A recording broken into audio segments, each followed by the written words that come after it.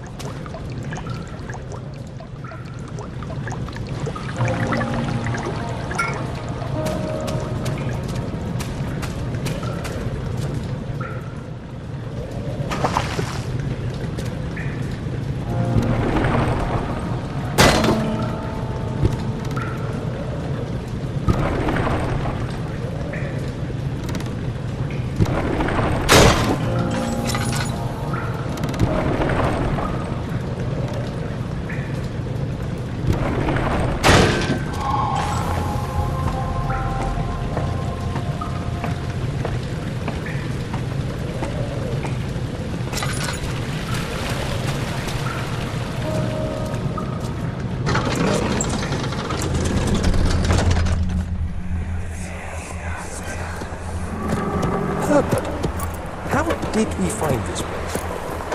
An old friend back in Algiers gave me a map. Why isn't he with us? Didn't he want to come? He wanted to, Daniel, but things don't always turn out the way we planned.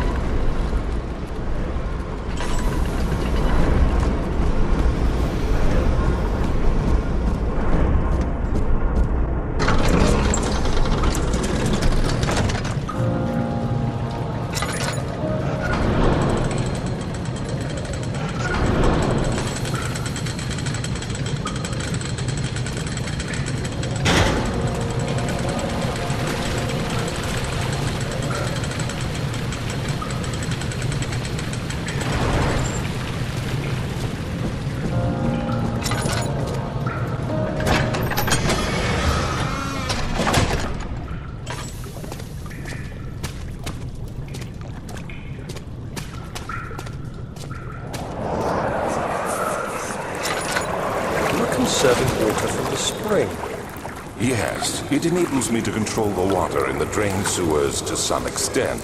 Also, it can be used for all sorts of purposes. Like for drinking? Well, that too. But mostly to run different machines.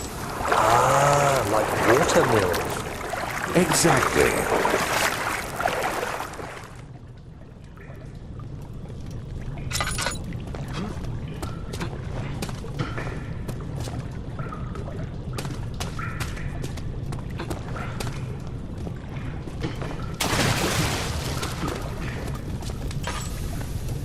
7th of August, 1839. There is no denying that Alexander puts a lot of faith into what I can only describe as magic. I'm not surprised. Even while traveling across Europe, I assumed I would have to embrace the supernatural to save my mind and life.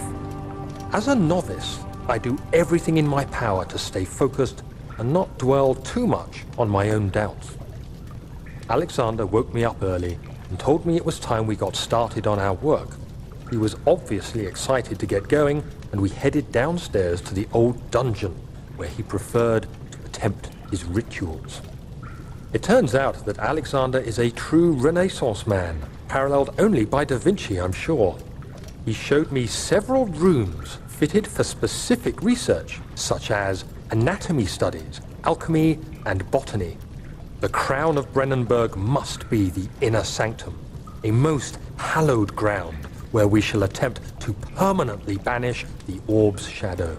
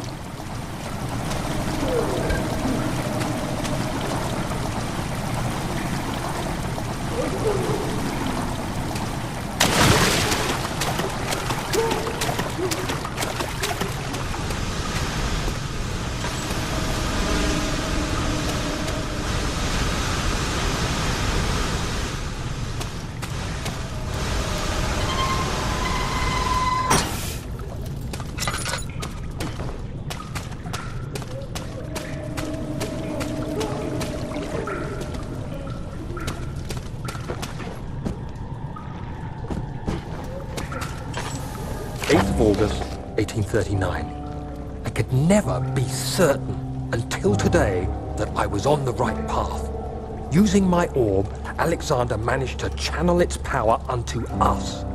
The inner sanctum flared with blue, fiery light, and I could feel the same things I felt in the dark chamber in Algeria. It was like standing in a mad whirlpool of impressions. It was terrifying. But Alexander kept calm and wielded strange tools of science in order to tame the storm. Suddenly, the blue light was stained by strains of red, and the walls burst with pulsating tissue resonating with the scene. Alexander quickly covered the orb in some cloth, and the unspeakable thing vanished. Apparently, the orb's shadow is closer than Alexander thought. He said I should prepare for a warding ritual tomorrow. I'm not sure what he expects, but I have a bad feeling about this.